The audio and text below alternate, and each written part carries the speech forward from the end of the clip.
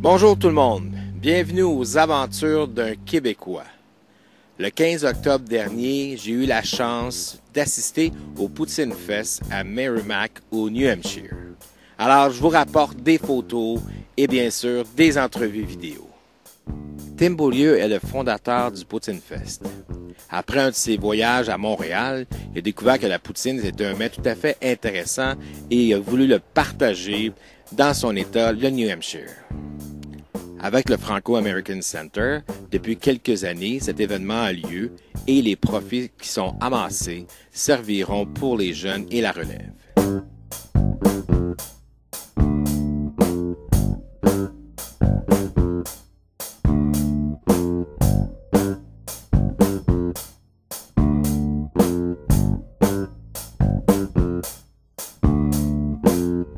Ça fonctionne de cette façon, c'est qu'on a un passeport et il y a 10 restaurants ou food trucks qui sont sur place. Les gens doivent savourer et essayer les 10 restaurants différents et par la suite doivent voter.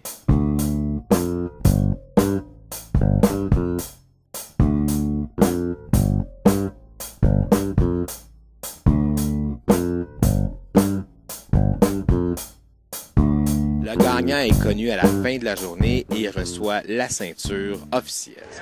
All right, so the moment I love how everyone stayed around, like, for this part. This is the big part. You know, a couple quick thank yous, obviously, to Pineland Farms Dairy Company. They provide all those curds. They were so squeaky, right? You know, awesome. And Pitco Fry later.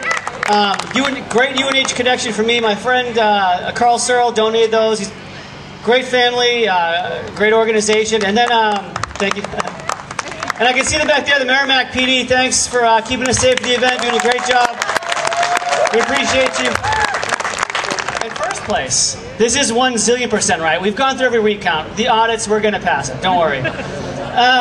Great job, right? So, the winner is Foundry Restaurant of Manchester. Congratulations. If they're still here, come on up and get the cheap seats. Congratulations. Thank you.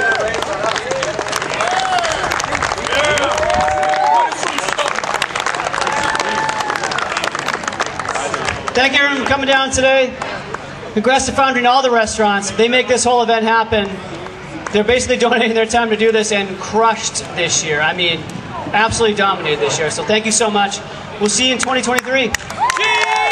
Sur place, j'ai rencontré Mélodie Desjardins qui a préparé une entrevue en français. Je lui ai posé quelques questions et je lui ai demandé en premier pourquoi ton blog sur les Franco-Américains est en anglais. Je suis anglophone et on ne m'a pas transmis la langue française. Également, je n'ai jamais eu des raisons d'apprendre le français car aux États-Unis, la grande majorité des gens parlent anglais. C'est ma langue maternelle et je l'adore et l'utilise pour bloguer sur ma vie en tant que franco-américaine et deux sujets. Comment fais-tu pour créer un lien entre le Québec et les Franco-Américains? En focusant sur comment nous, anciens franco-américains, ont influencé la langue et la culture en Nouvelle-Angleterre, j'essaie de démontrer que les franco-américains peuvent encore s'installer au Québec, même s'ils ont l'impression d'être des entrées. J'ai vu également montrer aux franco-américains et aux Québécois que nous avons une culture en Nouvelle-Angleterre dont nous pouvons être fiers. Est-ce que tu apprends le français et éventuellement faire des blogs en français? Oui, je continue à apprendre le français à chaque jour et travaillant sur des courtes leçons, même si ça ne fait pas de moi que ça que parler français à chaque jour. J'ai vu trouver un prof pour m'investir plus de fonds. Alors, et devenant meilleur, j'aimerais aussi écrire des blogs en français. Quel est ton intérêt entre les Québécois, les Canadiens français et les Franco-Américains? En grandissant, j'ai connu plus les Franco-Américains et nous on sait à Québec. Et fier du temps, j'ai effectué des recherches sur la généalogie et l'histoire. C'est intéressant comment la langue française peut nous connecter même au-delà des frontières avec la culture. Je pense que nous avons beaucoup à partager. Les hôtes et pouvons bénéficier de trouver si l'année et découvrir notre héritage française.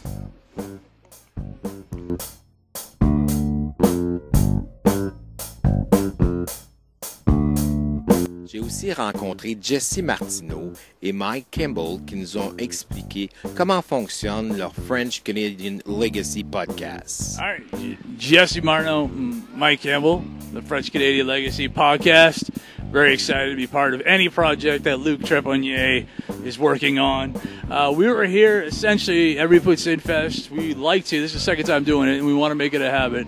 To come and cover the event itself, because it is such an amazing, amazing event here where we interview some of the restaurants that are here, some of the vendors that are here. We talk to some of the patrons who are coming out, hanging out in line for us, especially ones who dress in silly costumes. It's been talked to some VIPs this year, so it's been a really, really fun experience. Just want to echo what Jesse says. We actually got a couple of fans came up to our booth and talked to us. And it's such a pleasure that people enjoy what we do and what Luc does. I've been following him. It's my first time meeting him. I'm actually very glad to actually meet him today. So thanks. Cool. Appreciate it, Luc. Thank you much, sir. Place aussi, j'ai eu la chance de rencontrer une enseignante qui enseigne le français en langue seconde au New Hampshire. Bonjour, mon nom est Jessica. J'enseigne le français pour le secondaire, l'école secondaire. Et voilà, c'est mon deuxième année et j'aime le français. Lors de l'événement, il y avait aussi le groupe Été, qui est une formation de Montréal, qui est venu présenter sa musique.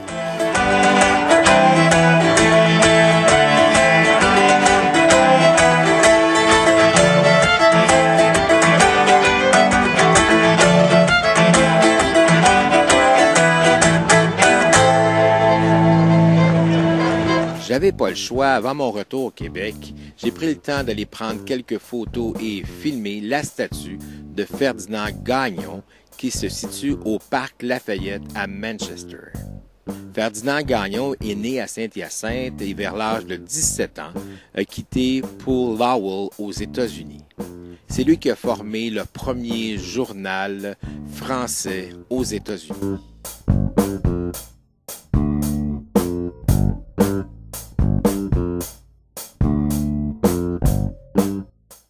Finalement, j'ai passé une excellente journée et bravo pour cette organisation et je vous encourage fortement, Québécois, à y participer dans les années futures.